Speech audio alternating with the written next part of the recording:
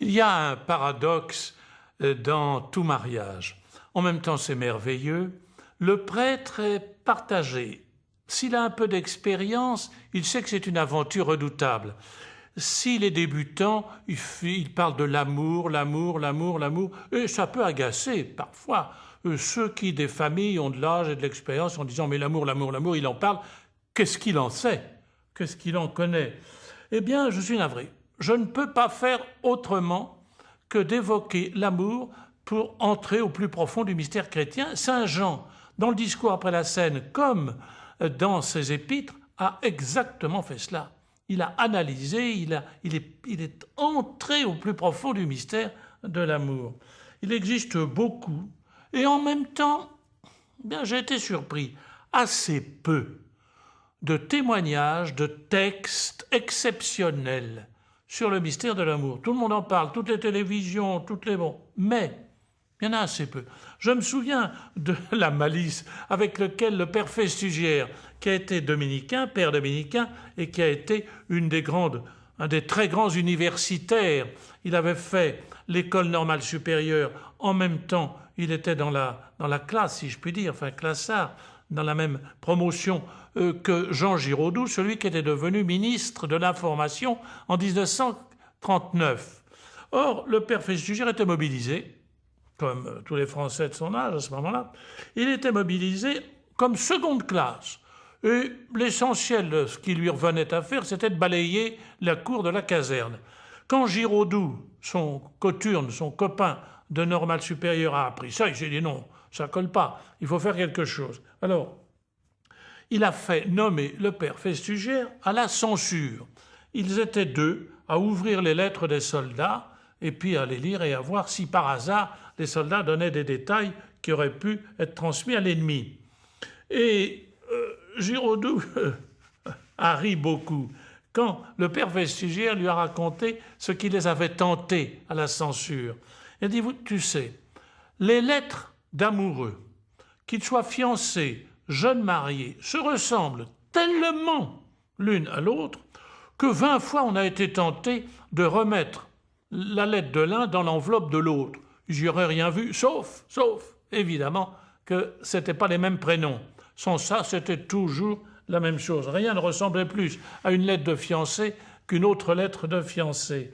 Eh bien, si un prêtre s'interroge de manière vraie, lucide, je vous avouerai que c'est un des rares moments de sa vie où il tremble. C'est pendant les fiançailles. On discerne tout de suite où est le degré ici, que ça soit encore un peu adolescent, que les expressions de l'amour soient toujours les mêmes et gentilles, c'est pas le problème. C'est ce que l'essentiel a été compris, intériorisé suffisamment pour tenir toute une vie. C'est merveilleux, c'est romantique, c'est charmant, l'amour quand il s'exprime, et en même temps, c'est terrible et crucifiant. Je vous avoue quelquefois que quand j'ai jeté un coup d'œil sur les émissions Love Story ou Star Academy ou etc. du même genre, mon Dieu, je me disais en regardant simplement mes 50 ans de confidence que j'avais reçus en préparant au mariage, que d'illusions. Oh, s'il y a des grâces illusions, heureusement, saint François de Sales disait que s'il y avait des novices pour le mariage, il n'y aurait jamais de religieux prophète. On ne ferait pas profession. On comprendrait trop tout ce que ça suppose de vertu.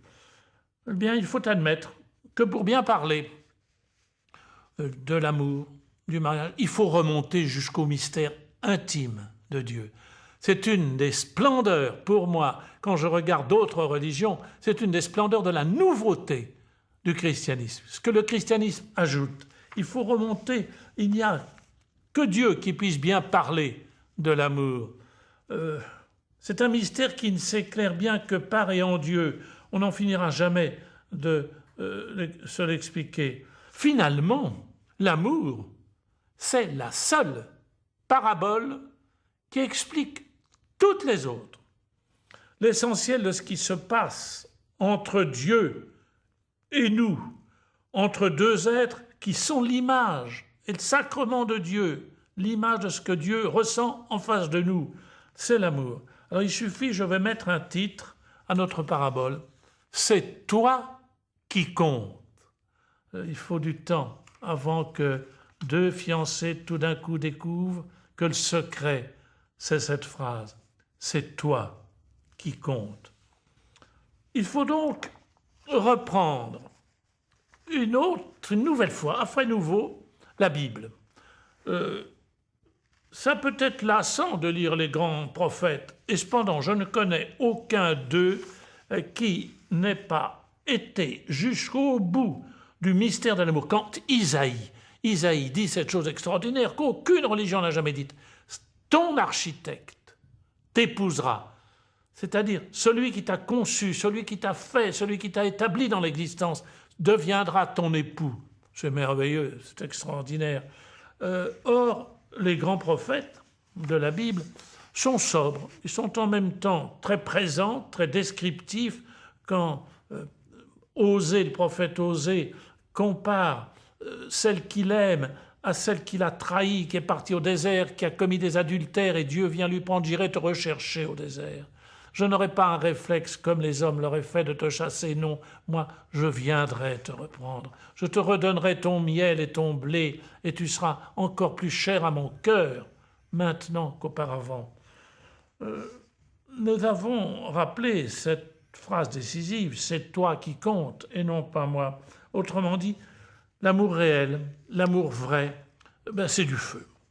C'est du feu. Il veut que cette dépendance qu'il ressent par rapport à l'autre soit réciproque. La clé, c'est le jour où justement la réciproque s'exprime, où c'est du feu, tout en respectant les deux partenaires.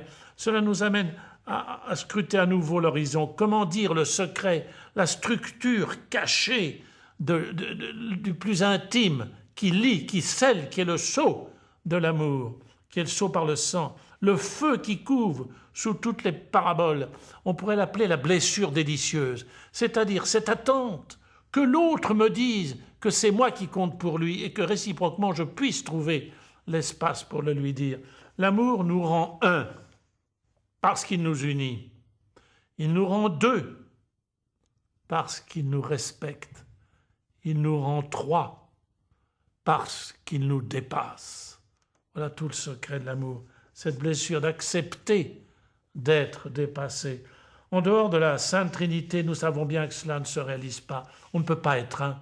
On peut avoir toutes les nostalgies de fusionner, ça conduit qu'à des catastrophes.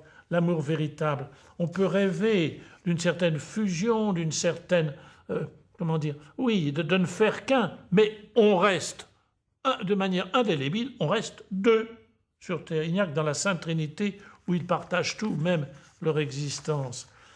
Est-ce suffisant? L'amour rêve encore davantage. Se fondre réellement, totalement, c'est impossible. On est toujours deux. Mais l'amour ne peut pas désirer moins que d'être un.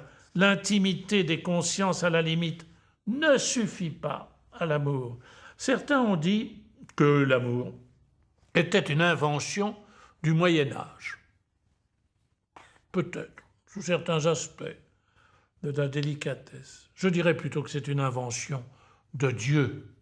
C'est une invention de la Sainte Trinité. C'est la réalisation vivante, existentielle, réelle, dans le mystère intime de Dieu, de ce qu'est le rêve de l'amour. On pourrait dire finalement sur Terre qu'il y a trois choses intéressantes. Il y en a trois, et il n'y en a que trois. L'amour de Dieu et en Dieu, pour lui-même et pour les créatures. Deuxièmement, l'amour mystique. C'est cette participation que nous pouvons avoir à l'amour intime qui est en Dieu. Troisièmement, l'amour humain. Parce que l'amour humain est forcément ouvert à quelque chose qu'il dépasse, aux deux autres amours. Et nous sommes tentés de considérer cela comme un fait bizarre. Dieu n'a pas inventé la Trinité un beau jour. C'est la révélation de ce qu'il y a de plus intime, en même temps dans l'amour et en même temps en Dieu. La Sainte Trinité n'a pas été construite, elle est le résultat d'une volonté d'amour, parce que l'amour ne peut pas cesser de désirer d'être seul. L'amour ne peut pas se contenter d'être seul. C'est la seule réponse que nous pouvons donner au pourquoi de la création. Dieu n'a pas voulu être seul et il nous a inclus dans son amour. C'est le résultat nécessaire de Dieu qui veut se dire à lui-même ce qu'il est, qu'il veut contempler dans ceux qu'il aime, dans ceux en qui il a fait naître l'amour, son mystère intime. Le Père engendre son Fils, c'est le Fils qu'il a choisi. Et en même temps, le Père dit au Fils tout ce qu'il est. Le mystère intime de Dieu, c'est cette réalisation éternelle, insérée au cœur de tout amour. Mais enfin, écoutez, ne me dites pas que c'est compliqué. Je vous parie qu'il n'y a pas une soirée de télévision sans qu'un film ou plusieurs tournent autour de cela. En même temps, de la joie, de la plénitude qu'est la découverte que deux êtres s'aiment, n'ont le désir de faire qu'un, et en même temps, tout le drame, toute la séquelle, la séquence des drames, des ruptures ou des oublis ou des perceptions que l'amour s'en va. Tout est là. En Dieu, c'est cette nostalgie qui est poussée à l'infini. Dieu respecte et ne veut pas être respecté. Il ne cesse pas de répéter « c'est toi qui compte » et non pas moi. L'ami veut cet échange permanent, cette monducation, nous pourrions dire réciproque, cette circulation de vie où tout ce qu'il est, tout ce qu'il a, il veut le donner à l'autre. Le Père engendre le Fils gratuitement et en ce sens, ils n'ont pas besoin d'être deux, ni même trois pour avoir tout. Pour être tout, ils sont Dieu. Mais si l'on veut aller au bout de l'amour et du mystère, il faut pouvoir se donner et donc être deux. Le mystère trinitaire va encore plus loin. Pour se donner à l'autre en tant qu'autre, il faut produire en lui la source de l'amour. Et ça, c'est le Saint-Esprit. Vouloir être deux? Pourquoi? Pour rien. Là est le mystère. Si nous pouvions contempler le visage du Saint-Esprit, nous verrions à l'état incandescent le rêve réalisé de tous les humains, aimer, savoir connaître aimer. Et que c'est une folie. C'est la blessure délicieuse intérieure à tout amour et qui est la plus intime au mystère de Dieu. Ne me dites pas que c'est compliqué, je vous l'ai rappelé. Toutes les radios et les chansons d'amour, tous les journaux, toutes les télévisions n'ont de cesse de décrire ce partage ou de cette rupture de l'amour. Finalement, il n'y aura sur terre d'autres paraboles. Il n'y en aura pas. D'autres paraboles plus éloquentes, plus universelles, plus bouleversantes, plus vraies, plus réelles que celle de l'amour, tout simplement. Quand nous faisons le signe de la croix, nous récapitulons tout. C'est simple. Au nom du Père et de son amour pour son Fils, et du Saint-Esprit qui est leur propre amour commun et qu'il nous donne en partage. Tout est dit. Ces fous seront dévorés constamment par ce désir fou de donner quelque chose à Dieu. Nous lui redonnons l'amour par lequel il nous dit « c'est toi qui compte » et par lequel nous répondons « non, c'est toi qui compte ». Il n'y a jamais eu dans l'histoire du monde une phrase qui contienne en même temps autant d'amour, de proximité et de transcendance, de dépassement, qui prouve comment en Dieu se réalise la proximité du lointain. Seigneur, c'est toi qui compte? Et Dieu nous répond, non, c'est toi qui compte.